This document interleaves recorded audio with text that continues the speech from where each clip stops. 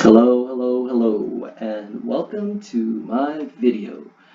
In this particular episode, I will be attempting to go over a build that I created, which I think is kind of unique. It's a Righteous Fire Necromancer, and the whole idea behind it is pretty fun, actually, and I think it might actually be viable for endgame. I have not actually completed the build yet. It's something that I'm leveling, and the main reason that I haven't finished it is mostly due to time constraints that I'm having with work that, doesn't give me a lot of time to play. But I thought I'd just throw the build out there online and see if anyone else might be interested in trying it out. Maybe you can take a couple of ideas that I'm showing here and, modify them and kind of make it your own if you like the general concept.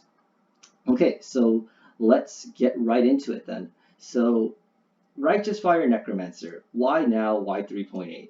I took a look at the patch notes and I read the new ascendancies for Necromancer, and what really started it off was when I read Essence Glutton, which was 20% increased maximum mana for each nearby corpse you and allies regenerate 2% energy shield, and you also regenerate some mana for each nearby corpse up to 50.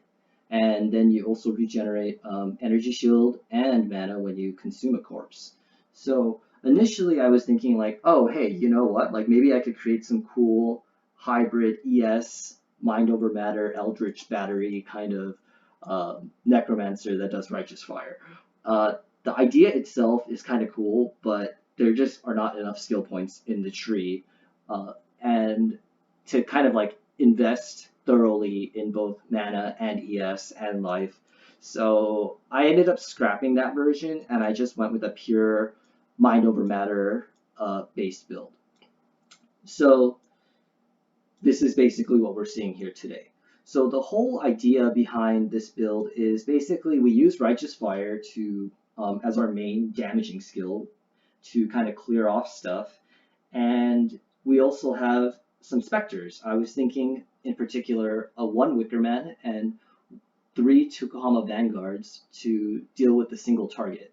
And on top of that, these Tokuhama Vanguards and Wickermen, besides Wickerman, if you're not familiar with it, so Tokuhama Vanguards, those are the guys who summon the totems in Act 5 that kind of burn you. So if you don't have good fire res, then you get eviscerated by them.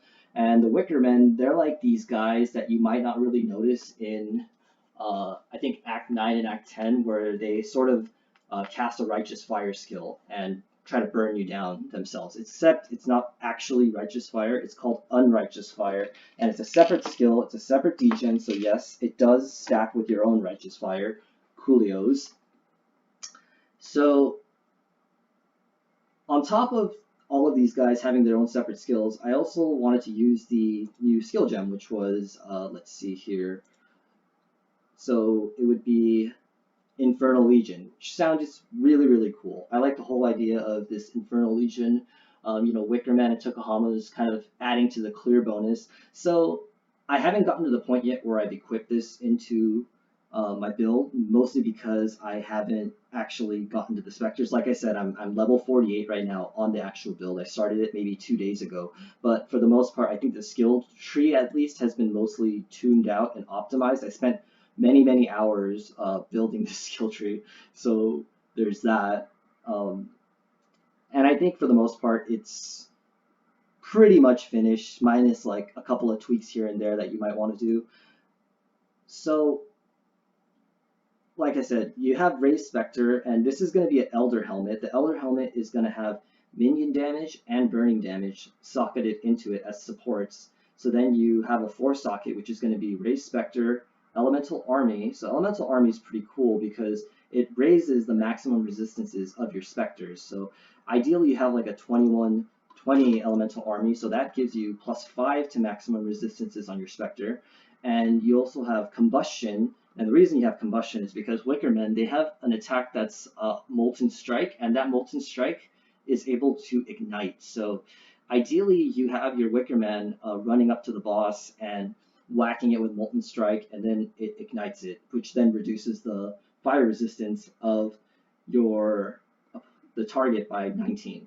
And Elemental Army also reduces it by another 10, so you're basically giving the Wickerman with his Molten Strike is essentially doing like minus 30 resistance on top of elemental equilibrium. So they're getting roughly minus 80, give or take. And Infernal Legion burning them pretty nicely as well, which I think is pretty cool. So we also have raised. So I'm not 100% sure yet if I want the raised zombies or not.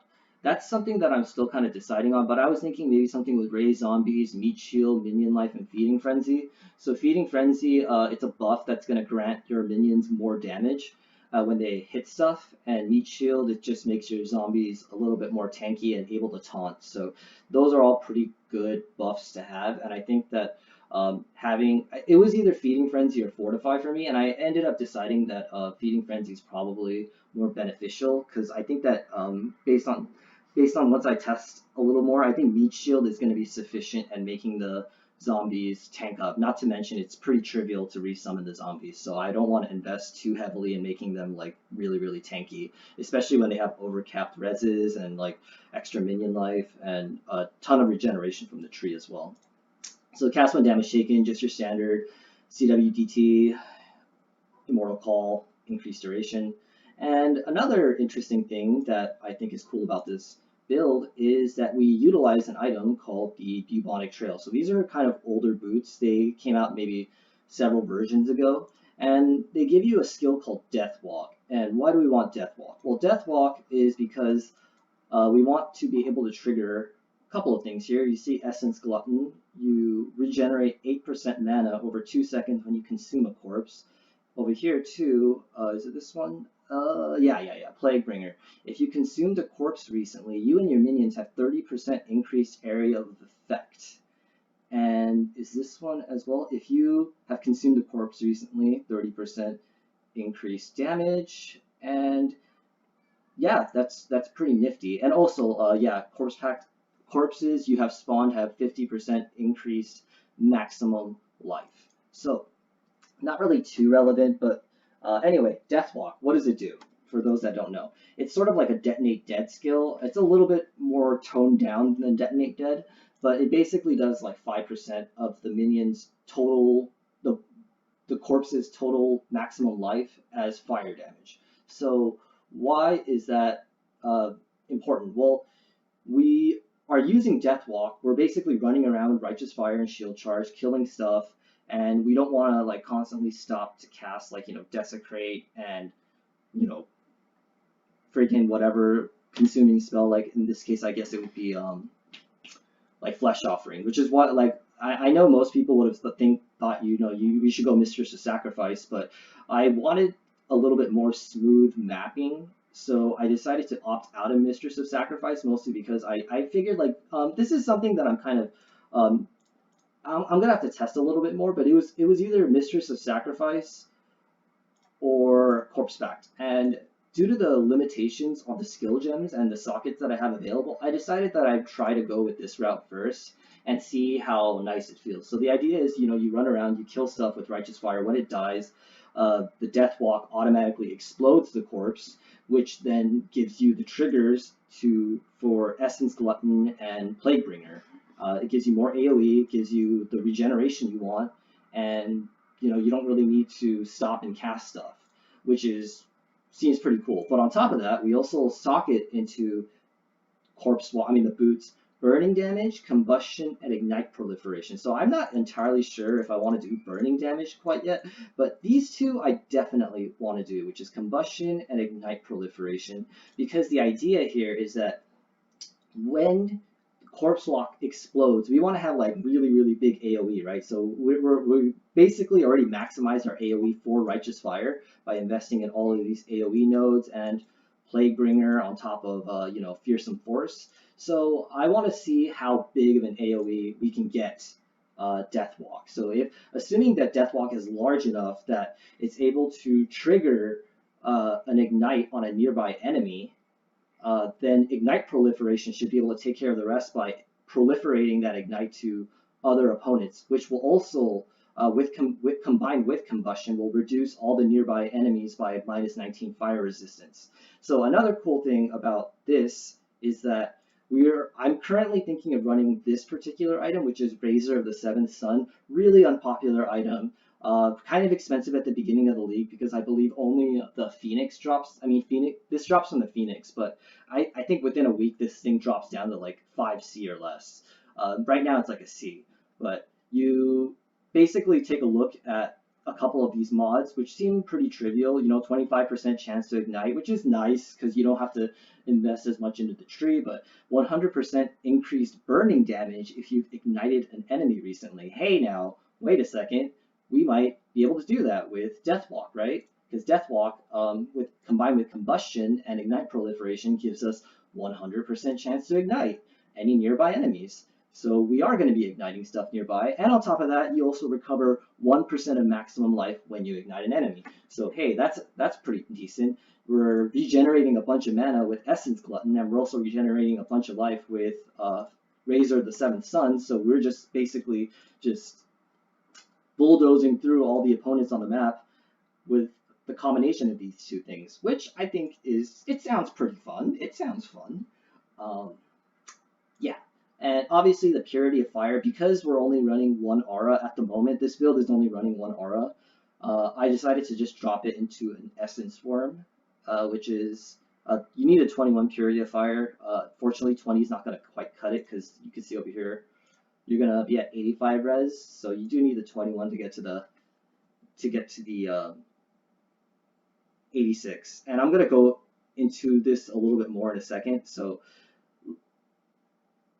there's basically a breakpoint that you need with this particular jewel, Conqueror's Potency. If you do not have a 21 Purity of Fire, you do not need this jewel.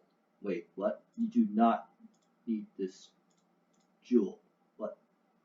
Wait, hold on. I'm getting some aura effectiveness somewhere that I wasn't expecting, and that's confusing me. I'm a little bit confused now. Anyway, I swear that before, without this jewel, I was at like 24% aura effectiveness, and this is what knocked me right up to 25%. So I'm a little bit confused. So I'll get back to this later. But the idea was that if you're only getting +4 from Purity of Fire, which is what this gives you, +4, right? You see right there, +4 additional maximum fire res. Then you need a higher breakpoint. You basically need 25% aura effectiveness to get that extra 1%. But if you're at 5%, then you only need 20%. So yeah, there's that. Anyway, moving on now. We also got, for Righteous Fire, we are doing a 4-link in our body armor. 6-link not necessary quite yet. So you could either do this you could either put the Spectres in your body armor for a 6-link, and you can maybe craft a Righteous Fire helmet with an essence of, I forgot which one it is, with the Hysteria, Delirium, I forgot which one, but yeah, you could essence craft this and try to get some nice RF helmets.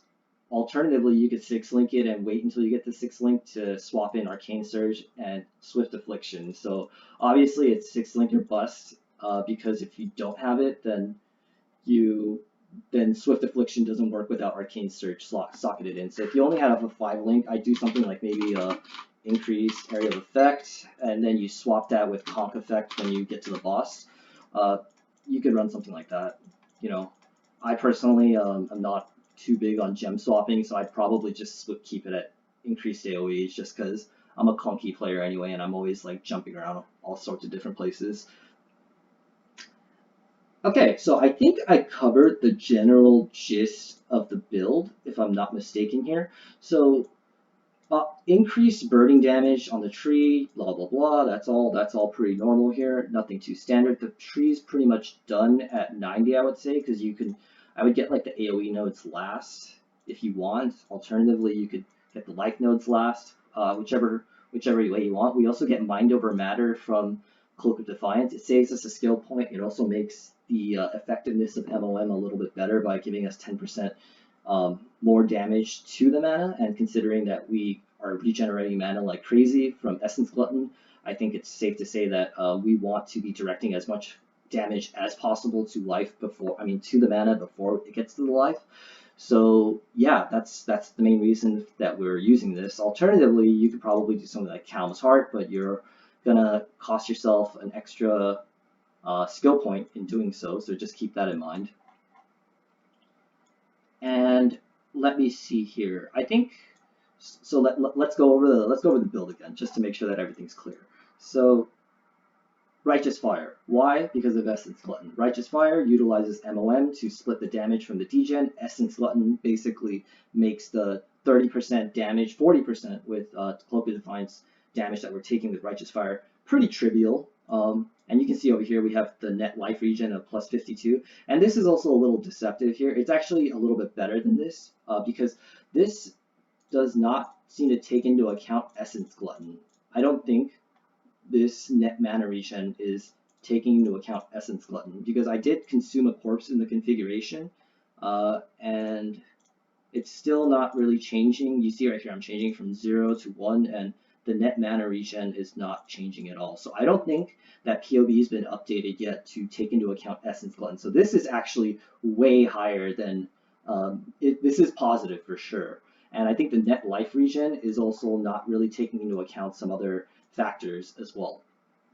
So this is with a Ruby Flask. Without a Ruby Flask, we're -8. I mean, you don't really need the Ruby Flask. I don't think so with the build if you're going to have like 86 fire res. And that brings into question, like, Rise of the Phoenix as a shield. Do we really want Rise of the Phoenix? I took a look at a couple of different items. There's Rise of the Phoenix. Also, On's Heritage is another good option. I think that's a pretty good shield as well for a life-based build. And there's also Sephel's Frame. I don't really like Sephel's Frame just because it doesn't really provide much defense, but it's up to you. I think you can use whatever shield you want. Depending on how fast you want to move to, maybe you could just switch out Razor the Seventh Sun for something like the shield charge weapon. I totally forgot what I was thinking, like the mallet, to make yourself go faster. Zoom, zoom. So that's pretty much it. If you guys have any questions or comments about the build, I can certainly go over it. So once again, these are pretty much the only uniques I have available. And the rest of the items are pretty much just rares to kind of make up for the attribute requirements, which is strength and dex, as well as lightning and cold res. So the nice thing about running Curative Fire is that we pretty much don't ever have to worry about fire resistance very much. Like that aura alone kind of entirely covers all of your fire resistance requirements. And let's look at the damage actually before we close out. Let's see, Righteous Fire Body Armor. So Righteous Fire Body Armor, we're doing approximately 200k damage with a 4-link, right? That's a 4-link. And if we have it with a 6-link, that's about 290k. So the Spectres, the Wickerman with the Unrighteous Fire, they're doing about 20k. Let's go to the Spectres. Yeah, so that's assuming you have the minion damage and burning damage. And the resistance is 86, which is great, with a 2120, of course. If you just have a 20, I believe it's going to be a little bit less. It'll be about...